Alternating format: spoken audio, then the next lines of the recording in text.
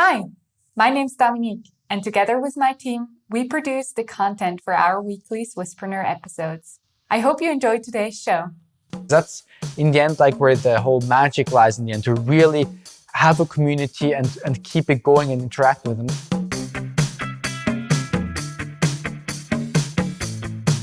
Welcome to the Swisspreneur Show, a podcast about startup stories and hands-on learnings from experienced entrepreneurs. Here's your host, Sylvan.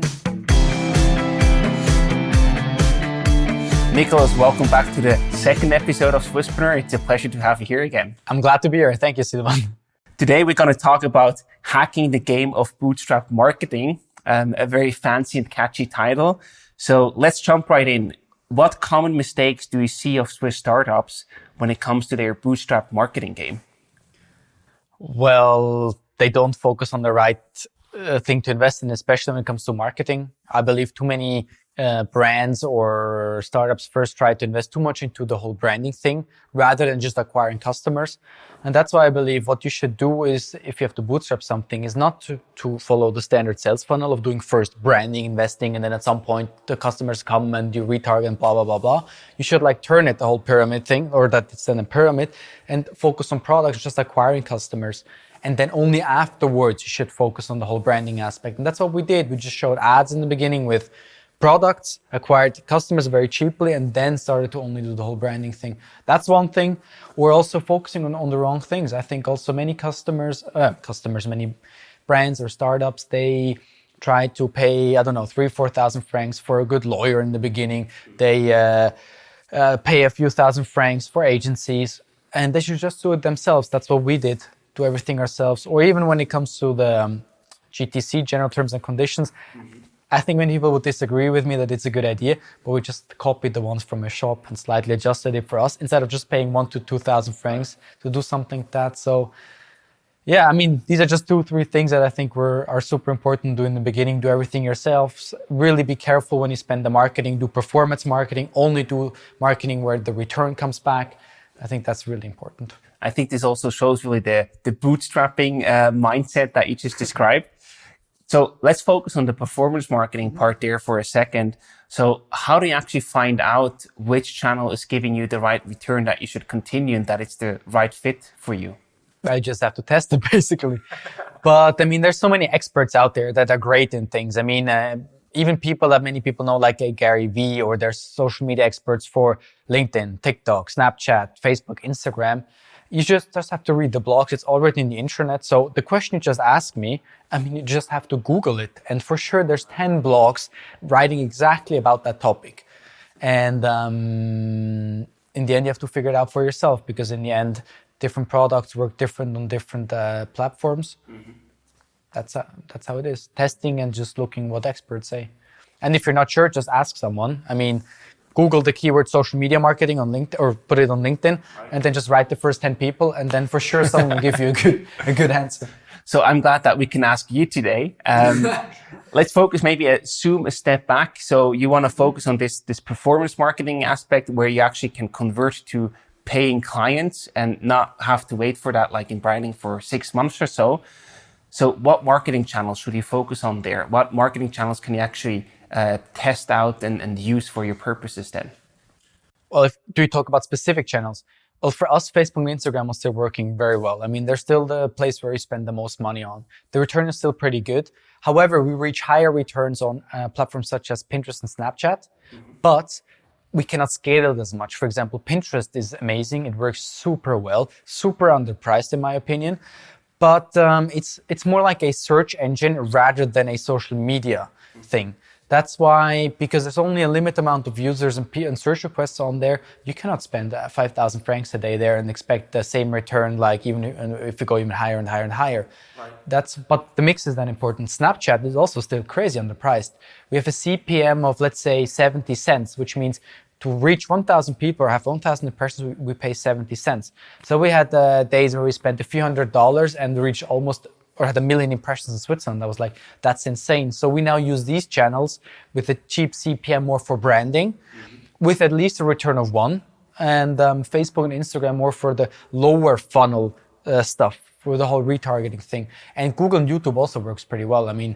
with YouTube, the issue is that if you do too much YouTube ads, pretty fast people get the negative impression of you and see you as the cheap like advertiser. So 2 months ago we had way too much YouTube ads, so we reduced it again.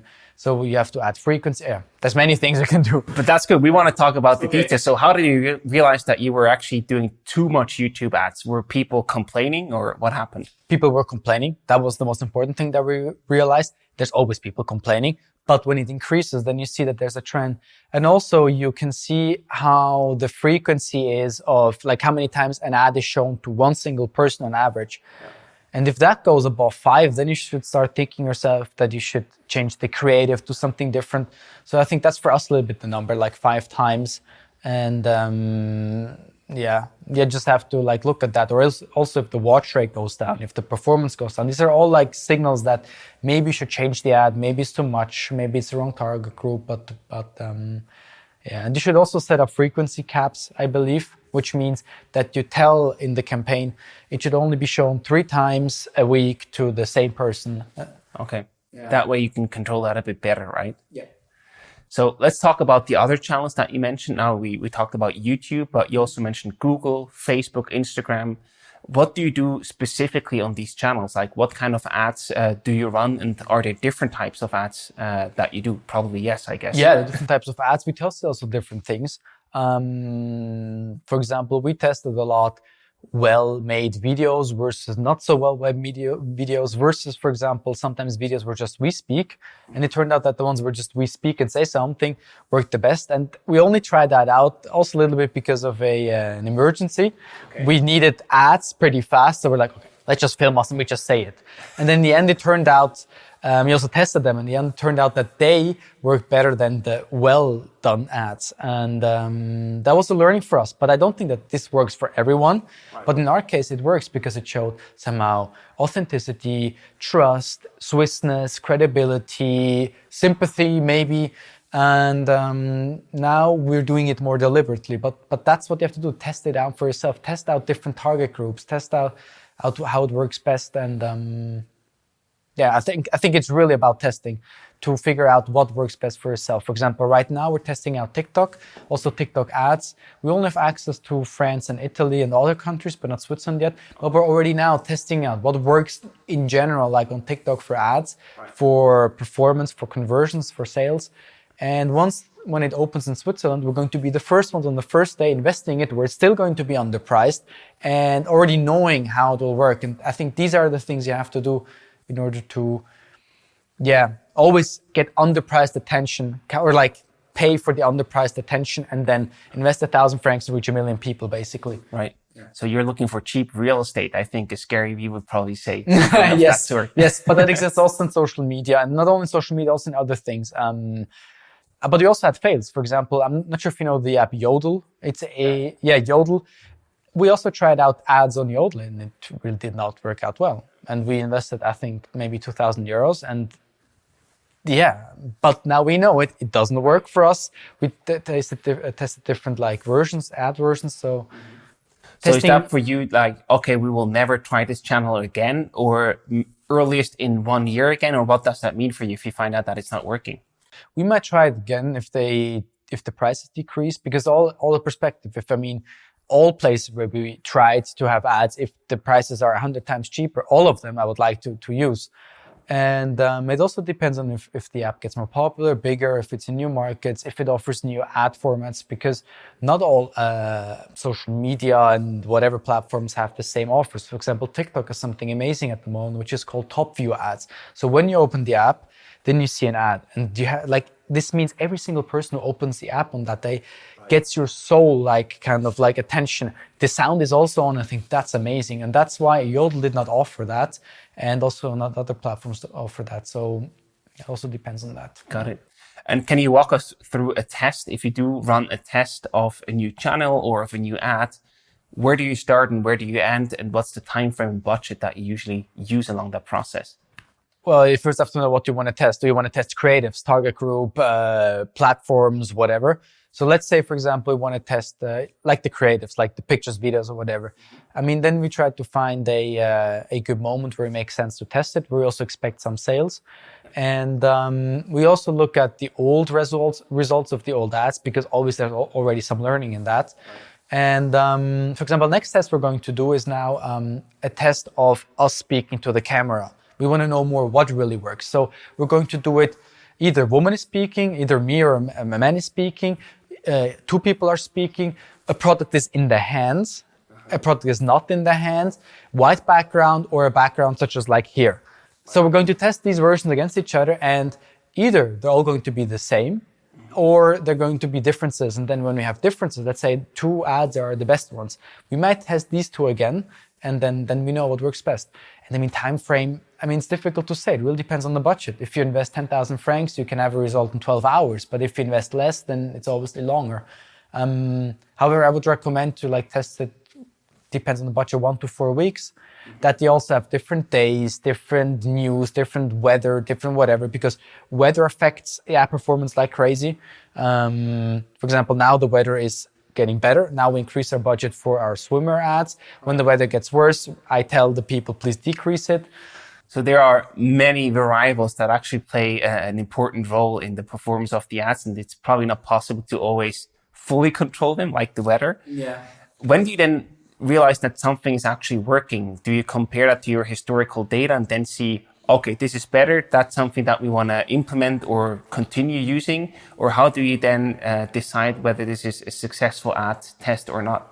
It all depends on the ROAS, return on ad spend. Even branding ads where it's about to acquire new customers, a successful campaign is for me a campaign with a return of 1, which means you spend 1,000 francs and you get revenue back from new customers that are also 1,000 francs. That's for me already good. But if it comes to middle or bottom funnel, which means retargeting people that might have seen an ad, or people that were already on your website, or people that already had something in your cart, then a return of at least 2 is necessary. And if it's really successful and everything above 3, I'm super happy.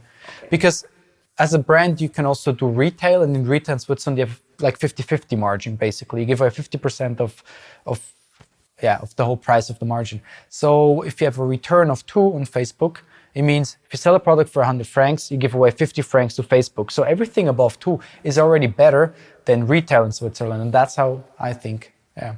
Got it, makes sense. You also do a combination, or at least tested that, between offline and online. So you had like online ads on Facebook and Instagram going on, but you also had like billboards at the same time. Yeah. How was that working out? Well, what we realized is that a billboard alone doesn't help anything. Also, just 10 billboards in 10 cities is nothing.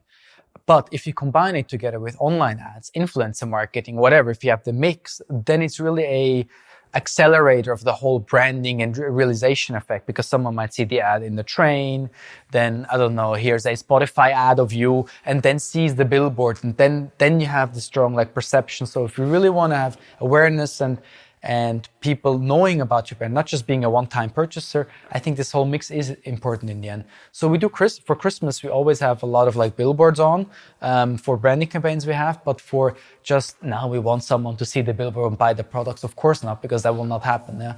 So then the billboards are more the top funnel part, and then you have the performance ads for the lower funnel to then really convert them. Yes, or during Christmas time, it's just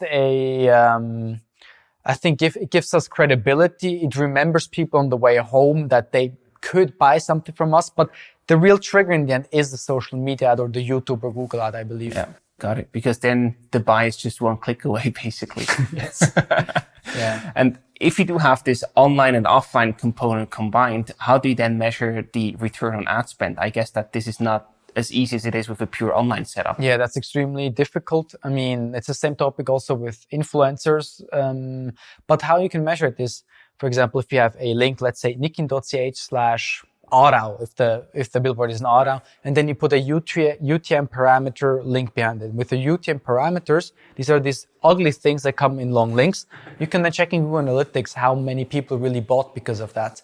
Or you put a discount code. I think that works pretty well. Discount code of 10%, so you can see how many people use it. Right. That's what we always do if we do something print wise, like being in some discount book or whatever. And that also works for influencer marketing. You give them like links that are trackable, you give them discount codes. And I think that's how you can do it. We thought of QR codes, but no one really scans QR codes. Yeah, and I mean, one thing you can do, but for that you need big budgets, is if you have a lot of like billboards just in one area, let's say in Zurich, then you can measure if sales increased overall, you can measure if the sales increased over proportionally in the canton of Zurich or in the city of Zurich. And then you can say, okay, a certain amount is for sure also because of the whole billboards. That's how you can measure it, or you can measure direct visits on your website. I believe that people entering nikin.ch or whatever your name is directly in the browser, it's also a sign of branding. And if over time the share of direct visits increases, I think that's a huge factor for that you're building brand. Makes sense. Have you ever thought about doing TV ads, for example? Yes, we thought of TV ads, and also they're a bit further with tracking actually. Also with this whole thing of measuring, okay, when the TV ad is on, if there's more visitors than normal, then this is allocated to TV ad. But in the end, they're too expensive. I mean, you have CPMs, which is cost per mil, cost to have 1,000 impressions. It's just 50 to 100 times higher than what we currently pay for Facebook and Instagram ads.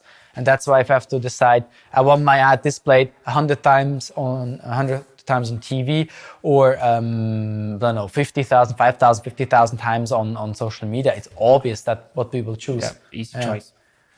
You also run other things purely offline, or not purely offline, but you do also you started to do sales here at your logistics and headquarter, basically. Why did you decide to go fully offline to a certain degree? Because people asked for it. That's no, I'm right serious. Answer. I mean, people started just show up at their door just wanting to buy something. And we were like, okay, sure. We said yes to everybody. But at some point it was disturbing because there were 3, 4, or 5 people a day. So we started to do sales every 2 weeks. And they also worked out pretty well. And it was also interesting to see that it was also important to reach a different target group. There were more old people come to the direct sales than actually our numbers online tell us that our customers are on average. And yeah, that's nice. And one of the more successful campaigns, or most successful even, was your Green Friday instead of the Black Friday start, right? Can you talk a bit more about how you set that up and how that worked? Yes, I mean, for us, it was always an issue to promote sales. We need sales, and obviously we like if we do a sale and we get sales. Right. But we don't want to have this unsympathetic sales, discount thing. So we were thinking of Black Friday. What could we do? We didn't want to be part of it because we don't want to support it, but we still want to do something that is cool. So we decided not to give any discounts, but instead of 1 tree that we plant per product, we planted 2 trees. And that's where we also created ads. We just talked about it and started the ads already before it. And already then we had a lot of return because people loved it already then. And then on Black Friday, or as we called it Green Friday, it was our best selling day we ever had. And that was absolutely insane. We had over 1,000 orders in 2018 on one day, and that was crazy for us. And the post came in a small car at that time, and it was filled up to the right, what they call side sitting spots. And the thing is, I felt a bit ashamed. It was the first day of this guy, and he was late. He was completely desperate, and we gave him some chocolate to calm him down. But yeah, I mean, I felt sorry for him. Absolutely, but yeah, at the same time, you also felt like, hey, we had a very, very good day, right? Exactly. I felt great, actually. Not giving discount, but people buying it because of the idea behind it was super cool to see that not everybody is just purely discount motivated in the end. What I feel like, after you started to plant trees, although you didn't invent this idea, but you actually, from my perspective, at least brought it to a certain degree to Switzerland. Now, many other people, shops, companies try to copy you. Have you realized any diminishing or lowering sales numbers because of more people doing that? It's an interesting question. I mean, like you said, we were not the first ones doing this 1 product, 1 tree thing, but I think we were the first ones for sure in Switzerland, maybe in Europe. I'm not sure about Europe. And if people copy us, then we have only a problem if it's really the same names, the same designs, and exactly the same style and so on. Already happened, right? It happened already around 3 times. And I mean, we obviously sent them then a letter, a Abmahnungsletter in German from a lawyer, and they always stopped.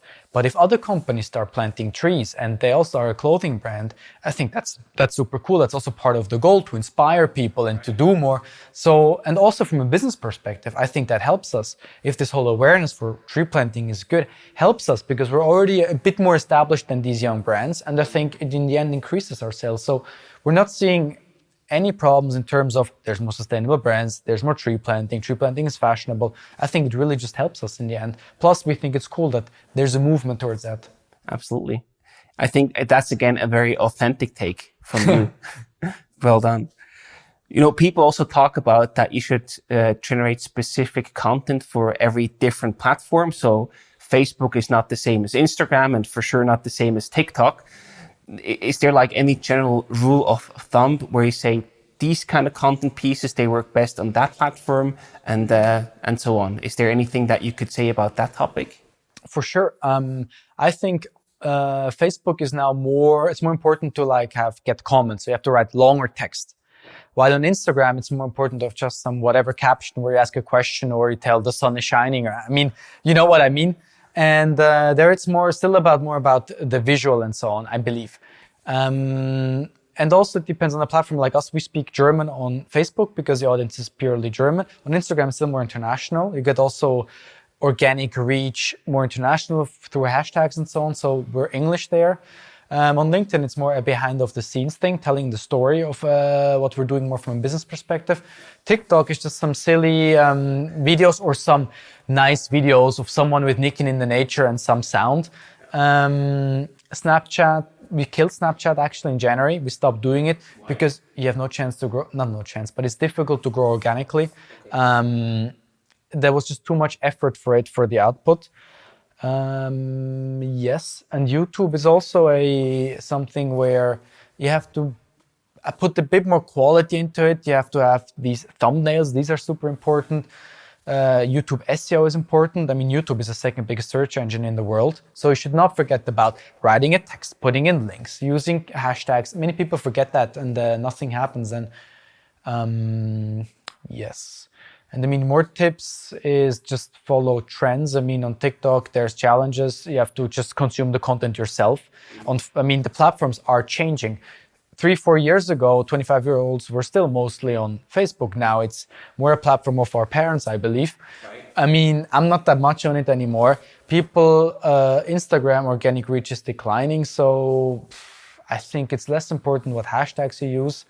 I think you should, and also what you should do always is just reply to every single comment. I think that's super important because that's in the end like where the whole magic lies in the end, to really have a community and keep it going and interact with them. That's what many companies do. They make great content, invest thousands of francs into it, but they don't reply. And I think that's what you should do because that really binds in this connection. If you do it every single day, you then build a closer connection to your customers and scale it. Like if you have 10,000 customer conversations, even if it's a thumbs up emoji to someone writing cool, they feel a closer connection. And yeah, I think that's what many people don't do and they should definitely do. Yeah. I think in that regard, you also followed the advice of Gary Vee, right? Definitely. Where he said, go out there and comment to other profiles. Definitely. We also tried the $180 strategy from Gary Vee, where it's about having, 9 hashtags or 10 hashtags. I don't know. Go and comment to people that are like potential for interest. We did that. And we also got some people for Switzerland, famous people that came here because of that. I think many things Gary Vee says about social media marketing is completely true. I mean, you already said TikTok would be a thing 1.5 years ago or 1 year ago. And if you want to be more successful in social media, just follow him or just go and Google how to be successful in social media. Then it's written there. Absolutely.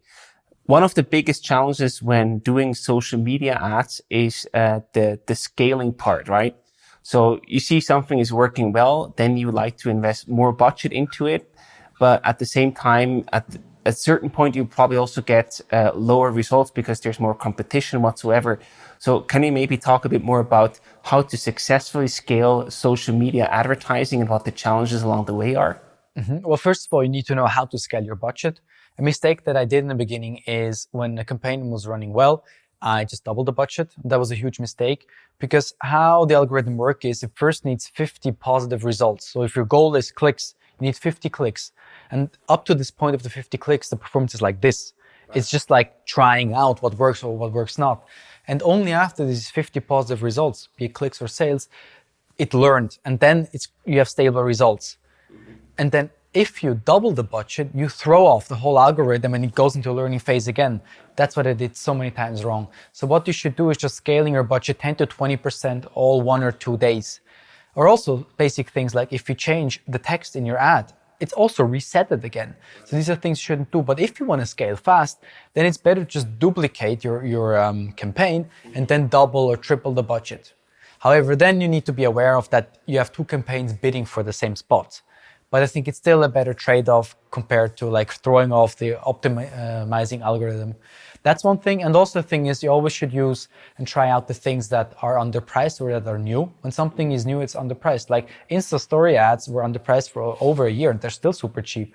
Well, right now, a thing that works super well for us is messenger ads. Really, like the ads that you have in your Facebook Messenger, we have a return of like around 8 there. Wow. But then you have to see how far you can go. Like you cannot just now say, okay, if we have 8, we invest 1 million, we get 8 million back. Yeah. There's always going to be a limit where it's going to decrease. Yeah, but that's what you have to do: scale well, test well, and use the things that are new or the things that are still underpriced there. Mm-hmm. I think one thing you also mentioned when we did the preparation for this chat is that you said many people in Switzerland are too defensive when it comes to their ad spend on social media. That's also a thing. I mean, of course, let's say on one hand, you can start with $1 a day or 1 franc a day, but you also need a certain budget to invest, especially when you think of these 50 positive results you need. So many people invest, let's say, 50 francs and optimize for conversions, like for sales, and they get 1 or 2 sales and then they're not happy. Or they invest 200 francs and they get, let's say, 7 sales and they're not happy yet. But that's exactly because it's still learning the algorithm and you have to wait to really get these 50 results. And so what would you recommend in terms of budget if you start with a new ad that you want to test out? How much budget should you allocate to that campaign? Well, it completely depends. But if you want to test out if people click on your ad, I mean, you can get clicks for anything from 30 cents to 2 or 3 francs. So I would think, look, I'll try to think of 50 cents for a click, get 50 clicks, so 25 francs. I mean, let's say with 50 francs and optimized for clicks, you can already test if people really click. And then you can still track if people buy it in the end or not, or if people add something to the cart. So, but it really depends. I mean, if you have a small target group and you want to target them, then it's more expensive to reach exactly these people. But if you have something that whole Switzerland like wants to see, then you can invest 10 francs and you will reach already quite a few thousand people. And how do you actually find or define the right audience that you tackle on social media? I'm sure that there are also some recommendations and experiences from your side. There's 2 ways. On one hand, you can also go and analyze your audience in Google Analytics, or also Facebook Audience Insights is really interesting. Facebook Audience Insights, you see the age, the gender. And one thing that was really helpful for us in the beginning is to see the pages they like. So we saw in our case, it's really typical Swiss festivals, Swiss musicians, shops like Evenwood and also other things. And then you can also use that again to target. Or if you have already enough like Facebook data collected with your pixel, that is the tracking code on your website, you can just create a lookalike audience and just tell Facebook, you just check whoever is like fitting to us. Or you just test out different target groups. In the beginning, I tested target group nature, skateboarding, surfing, mountain, sustainability, whatever, different ages and so on. So it's like analyzing the existing data or just thinking of what works. One thing I also did at some point, I was just sitting here, taking a piece of paper, just wrote down 10 keywords that came to my mind to Nicky, and then used these and tested these out. It worked so, but 1 or 2 I think I used for some time now, 1 or 2 target groups, yeah. Can you also talk about the importance of retargeting? You just mentioned the Facebook pixel, which is an important part there. Yes. So what role does retargeting play in your marketing strategy? Our retargeting is the most important thing that you have to do. Like if someone tells me, hey, I don't know what to do with Facebook ads and have a lot of budget, then tell them, okay, at least you should do retargeting, because that means that you retarget people that either were already on your website, people that, let's say, gave you a like for an ad, people that like you, or people that even had something in their cart, like added something to the cart but didn't buy. Because there's many reasons why people don't buy. Can be that they have a bad day. Can be that their mother and their child was crying. They spilled something over. Someone called them. They were in the train and the internet broke. And that's why retargeting is so crazy important to remind people again, because people usually need more than one touch point until they buy it. And that's why I just create you can create like lists or like custom audiences, you call it, and then kind of also segment there, you know. Retargeting step one is people that engaged with you but did not visit your website. Right. Show them product again. If they were on your website, show them, I don't know, even a stronger focus, maybe a 5, 10, whatever discount code. If people had something in your cart and they didn't buy, but they were already 2 times on your website, give them maybe 20% and so on. So you have to also segment it like finely down. And if you don't know what to do, just do one retargeting ad, because at least reminding people that you exist after they were on your website but didn't buy, I think that's so important. Sure. And I imagine, just to confirm, that this is also the campaign with a high return on ad spend, I guess. Yes, it has the highest return. I mean, when you look at the funnel, branding has the lowest return, and the more down you go, the higher return gets. Now, you are also active in Germany, and I think digital marketing can really be a super important part to get you there, or to also, you know, establish and get active in a new market. Can you talk us through how you actually did that and what role that digital marketing played in that regard? I mean, when we started to go to Germany or tried to sell to Germany, we also prepared our website and also some social ads. And the funny thing was, like, within almost one snap, we did we prepared the ads, of course, but we had 50 orders a day constantly from the beginning on, like from one day to the other, just because we just started with social media ads, paid ads. And that worked out pretty well. However, we have issues now to scale, but that has more to do with that we have more competition. We're not that cheap. We're not offering free shipping, because shipping from Switzerland to Europe is expensive, so we cannot offer it for free. Yeah. But it's easy to just start and get customers also in other countries with paid ads. And that's also great to just start testing, right? And see, okay, should we go to Italy or to Germany? Let the Facebook ads decide. Exactly. In the beginning, we actually, it was a mistake after all, but it was interesting. We just targeted whole Europe. Okay. And then we realized, Denmark is going well and the Netherlands are going well. So then we made separate campaigns only targeting these countries. I mean, just letting the Facebook pixel decide is usually not such a bad idea, actually. That's also what Facebook people tell. Give it as many options as possible and it will do the right thing. It's not always like that, but a lot of times, yeah. But why was it a mistake after all? To target whole Europe. Yeah. Because we did get customers. You had 500 customers in Netherlands, 500 in Denmark, 200 in, France, Italy, and so on. But it didn't have this like word of mouth effect in the end, you know? It's not that people started to talk about us. Like here in Switzerland, there was a moment where when you saw each other, like with our Nikian hats, you smiled at each other. Now it's a little bit going away, unfortunately, because many people have it. But like this effect, we don't have yet in Europe, or didn't have. And we tried to get that by doing more geographical targeting. For example, right now, Munich and Berlin, which is already big and bigger than Switzerland, probably in terms of inhabitants. But yeah, that's a mistake we did.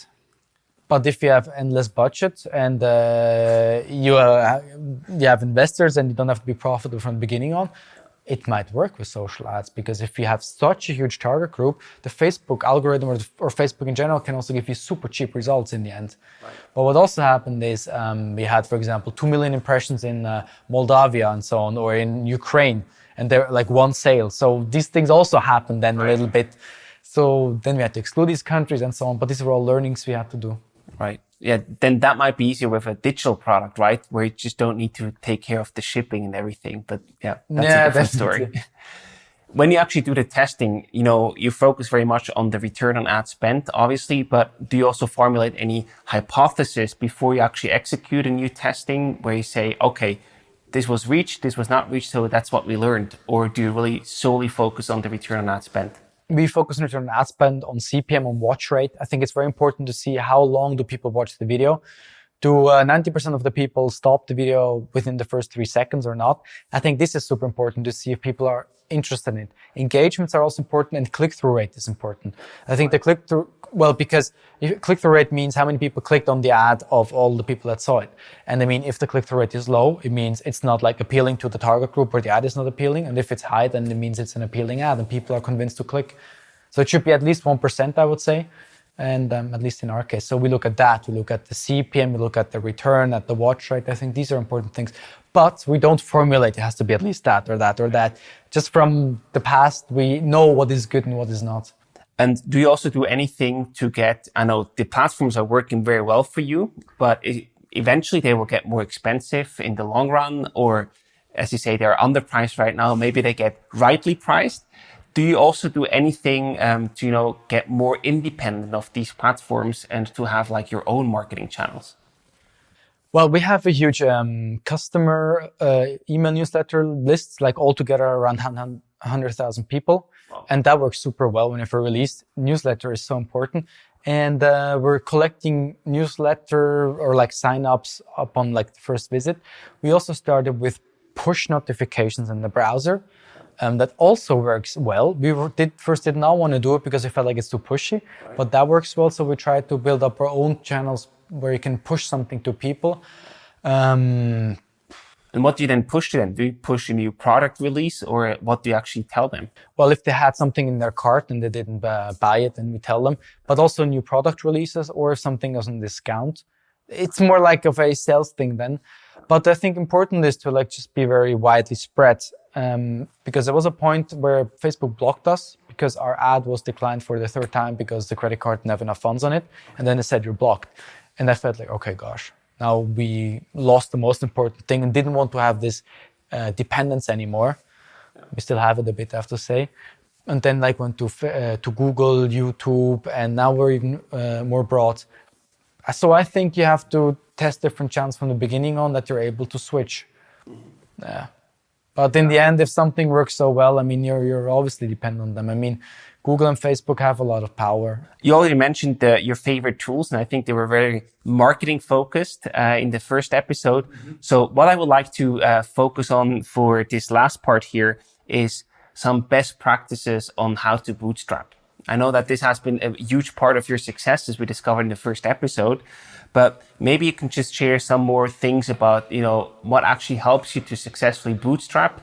What are the little hacks, do's and don'ts that you would recommend to other entrepreneurs striving to go in the same direction as you did? Okay, I mean, if you want to bootstrap, I think there's many things that you have to do. First of all, you have to try to do everything yourself, because if you do it yourself, it doesn't cost anything unless you pay yourself a salary, but don't pay yourself a salary in the beginning. And don't go and pay 2,000-3,000 francs for this agency, 2,000-3,000 francs for this. And sometimes take a risk. Like we, for example, already told it in the first episode, we did not do the terms and conditions at GTC ourselves. We just copied it from some online shop and adjusted it a tiny bit instead of paying 2,000-3,000 francs for a lawyer. Also for social media ads, I mean, and all the other things, ask someone who might help you a little bit, give you a half an hour of a free lesson in like teaching you. I mean, there's so many people. Or what you can also do is just book a call with some tool and do an intro call, get a free 1 month trial, use the tool to learn whatever you want, to create whatever report you want, and then cancel it again. I mean, there's thousands of tools that you can use for free like that.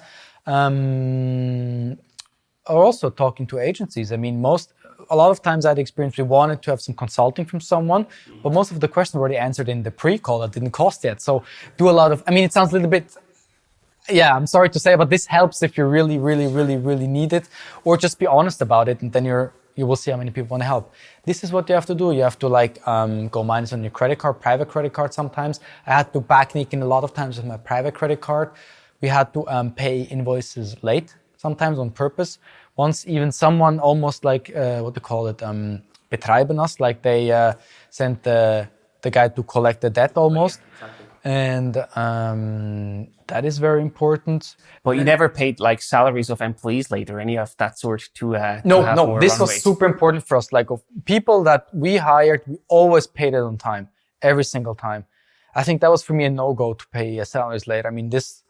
There's the red line. You can take it that far to pay invoices late for whatever services you might need, but it stops. No, that's a red line for me. And I mean, I pay my salary to myself later sometimes, sure. And that's no problem, or no salary at all. And also always sell yourself bigger and better than you are. Really, this helps a lot. Do you have an example for that? Well, when it came to finding a logistics company or a shipping company that helps us doing cross-border e-commerce and shipping packages to Germany and the rest of Europe, I mean, we had already okay numbers, but we sold ourselves as this shining, rising, whatever, shooting stars. We are so good in e-commerce and sell so much, and then we expect this, and that really helped to get a good deal. I mean, and this is what you should do, and also towards suppliers, for example, for products. I mean, you have to tell them how great you are. Don't undersell yourself, which we did in the beginning a little bit too much. I think that's also a very Swiss thing, right? Yes, we definitely. Constantly undersell ourselves. Yes. But when it comes to not having a lot of money, oversell yourself. And also like trying to get a lot of free coverage and publicity. Ask your customers also to like vouch for you, to share links, and also write local newspaper. I mean, do all of these things instead of hiring a PR community, do it yourself. Right. I think it's a lot about doing it yourself. And there's many more things. I'm not sure if I've told you any more at some point. No, I think that covers it pretty well.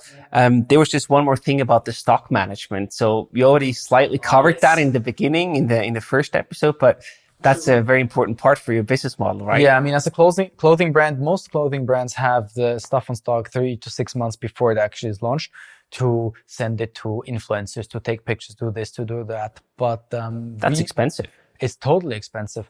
And we usually, in the beginning, only received it shortly before the release. So let's say we received it 1 week or even sometimes 1 day before the release. So we took the pictures and created the ads, sold it. And because most of the times we had 14 to 30 days payment time for the invoices, so we could already generate the first sales, and with these sales covered in the invoice. That was super important to have the delivery time of the products pretty close to the selling time. And talking about that, also at some point you can discuss about like more flexible negotiation terms with your supplier. Try to do Rahmenverträge, like blanket orders, I think it's called, which means they have something on stock and every month you get a shipment, because like that, you don't have to buy so much in bulk and then you have something for 6 months. These are all things that you have to do and try. Nice. Yeah, and I guess the bigger you are, the stronger your position gets. Yes. That's also yeah, and nice. I mean, and one thing I already talked about it 100 times now today, but it's do performance marketing where you get the money back that almost immediately that you invest, and don't do anything long-term marketing thing where you only get the return too late. Yeah, I think this is a very good takeaway to sort of end this last session. There are some rapid fire questions that I have prepared for you for the very end of this episode. I give you a selection or just a short question, and you can quickly make a choice or a one-sentence statement. Okay. I can say either or one sentence. Exactly. Okay. So the first selection that I give you is Switzerland, Brazil, or Germany. Well, Switzerland and Brazil. I mean, I'm married to a Brazilian woman. I love the culture of Brazil. I also love Switzerland, but if I had to choose, I would say Switzerland. Yeah, I guess your business is here, so that makes sense. Maybe you go to Brazil one day, who knows? I will have a bar or a restaurant in Brazil when I'm retired, but it will still take some years until then. And what would you choose, wealth or happiness? Happiness, for sure. Easy choice, okay. What makes you smile? Being happy. Then maybe ask differently, what makes you happy? Good food makes me happy. I love good food. I love being with friends. I love coming home and feeling fulfilled, like I did something and I had an effect on someone or whatever. Yeah. Nice. Experience or expertise? Experience. And where do you go to think? I just walk around or shower. I mean, when I shower, I think a lot. Nice. Cool. These were all the questions from me today. Is there anything else that you'd like to add to today's episode? Just thank you very much, Silvan. And if someone is interested in Nikin, please just go and Google Nikin, Nikin. I mean, it's not about buying, but if you just give us a like or follow us, I would be really happy.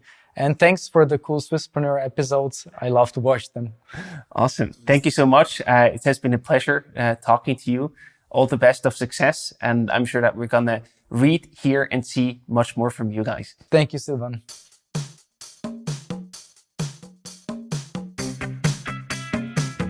Thank you for tuning into today's episode. Stay connected with the Swisspreneur community through our LinkedIn and Instagram profiles. Make sure to subscribe to our show on whatever podcast platform you're using. See you next week for a brand new episode of the Swisspreneur Show.